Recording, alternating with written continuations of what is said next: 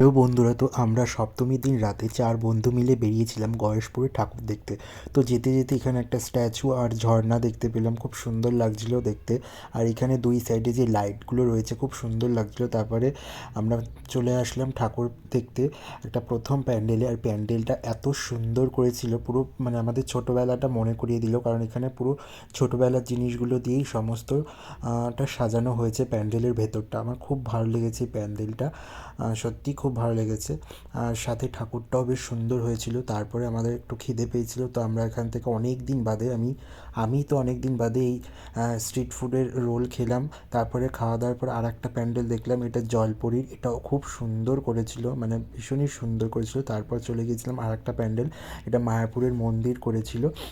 এটা আমাদের এখানেও করেছিল কালী পুজোতে পরে। তারপরে এখানে আর একটা প্যান্ডেল দেখলাম। তারপরে আমরা একটা ফাস্ট ফুডের দোকানে চলে গিয়েছিলাম, আমরা এখান থেকে চাউমিন অর্ডার করেছিলাম, তো চাউমিন খাওয়া দাওয়া করলাম।